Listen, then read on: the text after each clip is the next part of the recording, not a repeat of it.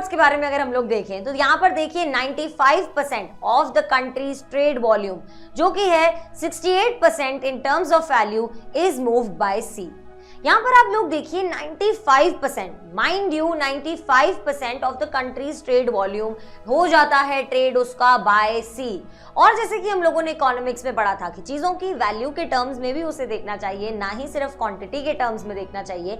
तो यहाँ पर हम लोग देख रहे हैं कि इसकी जो वैल्यू है by value it is 68% of the total trade which is still a very very big amount. तो यहाँ पर आप देखिए सी एक बहुत ही इंपॉर्टेंट चीज है जिसकी मदद से खूब सारा ट्रेड हो रहा है, खूब सारी इकोनॉमिक एक्टिविटी हो रही है और खूब सारा पैसा हमारे पास आ रहा है। आगे बढ़ते हैं, वी सी द बाउंड्री और the coast line of India is 7516.6 kilometres, 7516.6 kilometres की लंबी सी कोस्ट लाइन हमारे यहाँ पर पाई जाती है। इसमें अगर मेन लैंड की बात करें तो it is around 5422 kilometres which is still a very very very big coast line. क्योंकि हमें पता है हम लोग एक पेनिनसुलर कंट्री है, हमारे पास 3 साइड से बहुत सारा सी है। तो आप बताइए हमारे पास इतनी लंबी कोस्ट लाइन नहीं हुई तो फिर क्या हुआ। आगे बढ़ते हैं, we see that there are 12 major ports जिस पर 95% ऑफ द टोटल ट्रेड होता है। और इसके अलावा we see that there are 200 minor and medium size ports, जो कि मैं आपको कह रही थी याद करने अगर एनसीईआरटी दे दे तो बहुत ज्यादा थक जाएंगे, इसलिए एनसीईआरटी को हाथ जोड़ेंगे, थैंक यू बोलेंगे और खूब सारे ग्रेटिट्यूड के साथ 12 मेजर पोर्ट्स के बारे में ही पढ़ेंगे। तो आइए let us begin into the first important port which is the first major sea port and it is Kandla. Kandla वो सी पोर्ट है जिसके बारे में हम लोग पहले भी पढ़ चुके हैं, तो नाम से डरने की तो जरूरत है ही नहीं। कांडला इन कच्छ रीजन, कच्छ यानी कि गुजरात वाला जो रीजन है हमारा, वहां पर ये लोकेटेड है, was the first port developed soon after independence to ease the volume of trade on the Mumbai port। Mumbai port के ऊपर बड़ा सारा भार था ट्रेड का, उसे ईज आउट करने के लिए हमारी गवर्नमेंट ने कांडला पोर्ट खड़ा कर दिया। कितनी अच्छी है हमारी गवर्नमेंट, कितना सारा बोझ है उसे ढोया जा रहा था।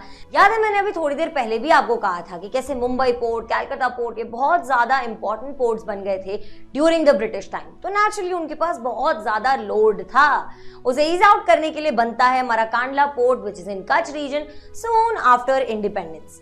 इसके साथ ही साथ it was in the wake of loss of Karachi port to Pakistan after the partition. अब हम लोगों ने पार्टीशन में बहुत सारी चीजें खोई थी, बहुत सारी जिंदगियां खोई थी, बहुत सारा कल्चर खोया था और उसके साथ ही साथ हम लोगों ने बहुत सारी इकोनॉमिक एक्टिविटी भी खोई थी। याद है हम लोग जब जूट इंडस्ट्री के बारे में पढ़ रहे थे तब मैंने आपको कहा था कि जूट मिल्स जो थे वो रह गए थे इंडिया में और जूट ग्रोइंग एरियाज जो थे वो चले गए थे बांग्लादेश में। तो यहाँ पर आप लोग देखिए उसी सिमिलर कॉन्टेक्स्ट में हमारे पास एक कराची पोर्ट भी हुआ करता था पहले, जो कि पूरे इंडिया के मेनलैंड का पार्ट हुआ करता था। लेकिन पार्टीशन के बाद हम लोग देखते हैं कराची पोर्ट चला गया था पाकिस्तान के पास।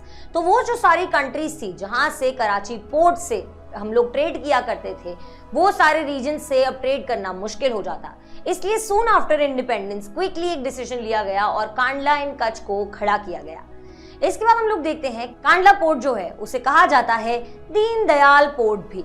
बड़े दीन दिल वाला हमारा ये पोर्ट है Kandla port and it is also a tidal port. अब टाइडल पोर्ट क्या होता है? एक ऐसा पोर्ट जो कि टाइड्स की मदद से चलता है। जब हाई टाइड होती है तब पानी को स्टोर कर लिया जाता है और बाद में इस पानी को रिलीज करके शिप्स को करंट्स के साथ ट्रांसपोर्टेशन के लिए छोड़ दिया जाता है। इस सारे प्रोसेस को क्योंकि टाइड्स के द्वारा चलाया जाता है इसीलिए हम इसे कहते हैं एक tidal port. And we see it caters to the convenient handling of exports as well as imports of highly productive greenery and industrial belt stretching across the states of Jammu and Kashmir, Himachal Pradesh, Punjab, Haryana, Rajasthan and Gujarat। ये जो सारे states हैं यहाँ पर हमारी एक industrial belt है जो कि इन पूरे स्टेट्स में फैली हुई है। यहाँ से जितना भी इंपॉर्टेंट और quality imports as well as exports जो होते हैं वो हमारा कांडला पोर्ट बहुत अच्छे तरीके से हैंडल कर लेता है। This is about Kandla port. Let us see which is the next port. इसके बाद हम लोग देखते हैं हमारा मुंबई पोर्ट, आमची Mumbai. Mumbai is the biggest port with a spacious natural and well sheltered harbour. यहाँ पर हम लोग देखते हैं ये बिगेस्ट पोर्ट है in terms of trade volume. Also it is one of the biggest ports of our country जो कि पहले से ही फेमस था। उस पर हम लोग देखते हैं यहाँ का जो नेचुरल हार्बर है वो बहुत ही ज्यादा स्पेशियस है as well as it is well sheltered. अब नेचुरल हार्बर यानी कि वो जगह जो कि एक्चुअली सी अपने आप ही तोड़ फोड़ के उस जगह को बना देता है एक पोर्ट के अंदर। मान लीजिए कि एक जगह है जहां पर नेचुरली एक अकरिंग ऐसी जगह है जिसे पोर्ट में कन्वर्ट कर दिया जाता है, तो वो बन जाता है हमारा नेचुरल हार्बर। यानी कि मुंबई पोर्ट जो है वो बना ही पोर्ट बनने के लिए था, नेचुरल फोर्सेस की मदद से भी। We see that the Jawaharlal Nehru port was planned with a view to decongest the Mumbai port and serve as a hub port for this region. इस रीजन में क्योंकि इतना सारा ट्रेड हो रहा है, इतनी सारी चीजें बन रही हैं, तो यहाँ पर हमारा एक नया पोर्ट बनकर खड़ा हो जाता है, which is Jawaharlal Nehru port, जो कि बनाया गया था with the intention to decongest this Mumbai port. इसे हम लोग नवा शिवा के नाम से भी जानते हैं। Then we see that Marmagao port जो है, जो कि गोवा में लोकेटेड है, is the premier iron ore exporting port of the country.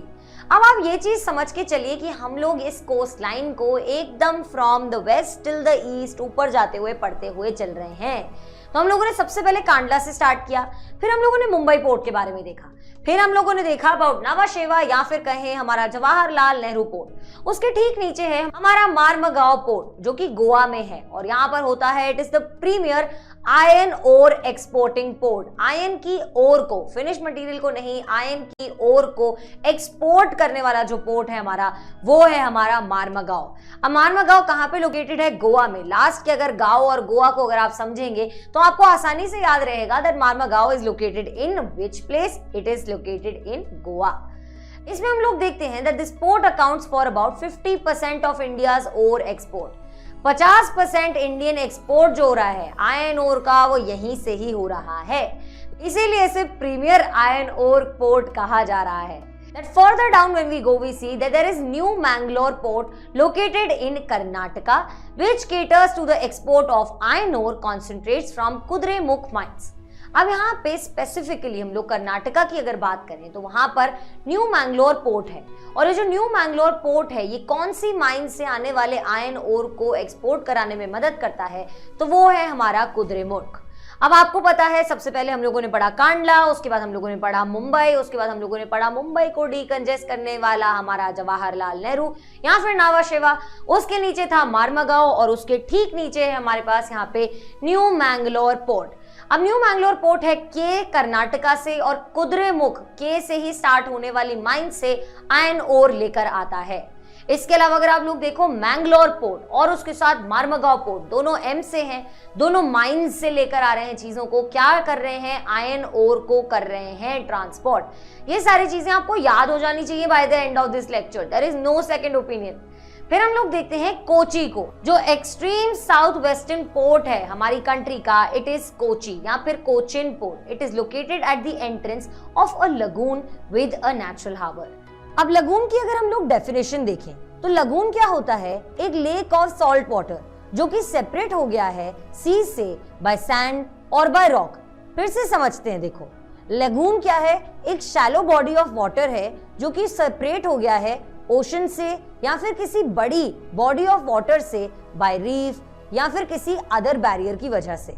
तो अगर पैसिफिक ओशन का एग्जांपल ले तो जो सेपरेट हुआ है उसका एक inland of by a coral reef, ये एक एग्जाम्पल हो सकता है एक लगून का। तो कोची या फिर कोचिन जो है ये एक्सट्रीम साउथ वेस्टर्न पोर्ट है हमारी कंट्री का। वेस्टर्न पोर्ट्स के बारे में लाइन से अभी हम लोग पढ़ते हुए आए हैं, और उसके बाद कोचिन जो है ये साउथ वेस्टर्न एक्सट्रीम पॉइंट बन जाता है। We see that the extreme southeastern port of our country is Tuticorin in Tamil Nadu. South western की अगर हम लोग बात करें एक्सट्रीम तो इट इज कोचिन, और साउथ ईस्ट एक्सट्रीम की अगर हम लोग बात करें तो it is Tuticorin in Tamil Nadu. T से ट्यूटिकोरिन, टी से तमिलनाडु, और उसके साथ ही साथ it is extreme also. We see that this port has a natural harbour and a rich hinterland.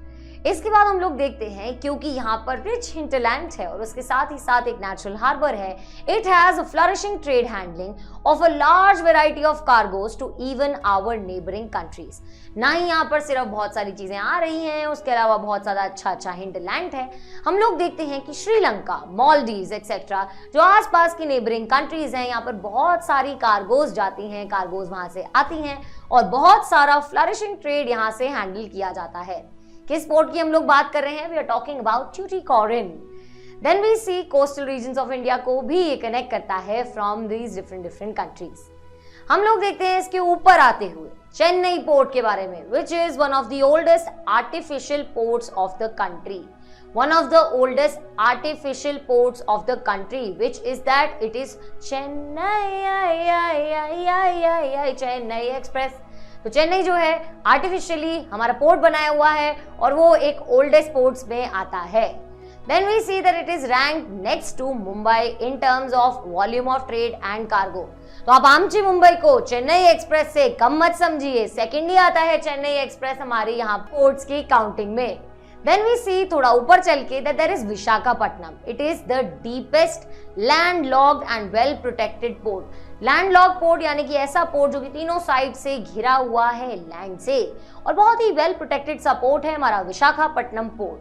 Vishakha अगर आपकी कोई दोस्त, सखी, सहेली, मम्मी, पापा वगैरह वगैरह किसी का नाम हो, आपको इस चीज को याद करना बहुत ज्यादा आसान हो जाता है.